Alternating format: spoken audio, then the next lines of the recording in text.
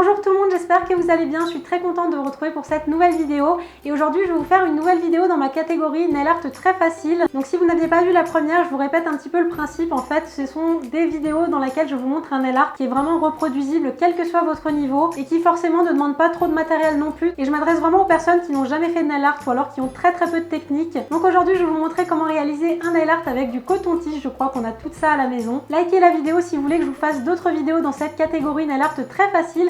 C'est parti, on commence tout de suite.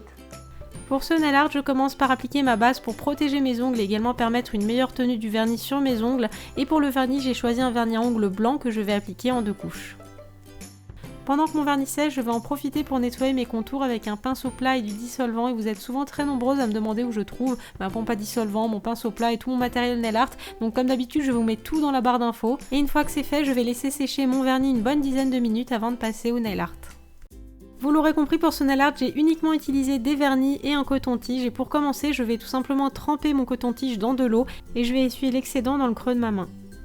Ensuite, c'est très simple, je vais prendre une goutte de vernis bleu pastel sur ma palette et je vais tremper mon coton-tige légèrement humide à l'intérieur et je vais détremper un petit peu histoire de ne pas avoir trop de matière. Puis je vais venir faire des poids sur la surface de mon ongle et comme vous allez le voir, ça va vous faire des taches un petit peu translucides et c'est ça qu'on veut. Pour ce nail art, l'idéal c'est de ne pas travailler ongle par ongle, mais de faire toutes les taches d'une même couleur sur tous vos ongles en même temps. Comme ça, vous n'avez pas à changer de coton-tige pour chaque couleur et pour chaque ongle, parce qu'entre temps, votre vernis va sécher. Donc la première étape, ça va être de faire tous mes poids bleus sur tous mes doigts. Une fois que c'est fait, je vais répéter toutes ces mêmes opérations avec un nouveau coton-tige ou tout simplement le retourner de l'autre côté. Donc je vais le mouiller, puis je vais prendre un vernis rose pastel et je vais venir faire 2 ou 3 poids sur chaque ongle. Choisissez le nombre de poids de chaque couleur en fonction de la taille de votre ongle. Par exemple, sur mon petit doigt, bien évidemment, j'ai fait beaucoup moins de poids de couleurs. Il y a certaines couleurs où je n'ai mis qu'un seul poids. J'ai ensuite ajouté quelques pois violets, toujours dans des teintes un petit peu pastel déjà parce que j'adore ça et en plus l'avantage avec les couleurs un peu tendres c'est qu'elles se mélangent bien entre elles. À la fin vous allez voir avec le top coat vous allez avoir un assez joli fondu de couleurs plutôt que si vous auriez choisi des couleurs un peu trop fortes.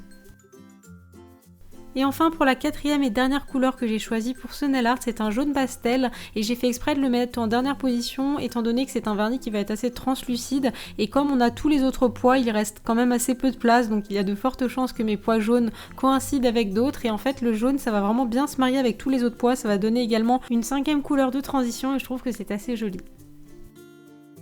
Une fois que vous avez fait le tour des 4 couleurs, n'hésitez surtout pas à venir reprendre certaines couleurs pour venir combler certains trous. Et ensuite, il ne me reste plus qu'à appliquer une bonne couche de top coat pour faire briller ma manucure et la garder plus longtemps.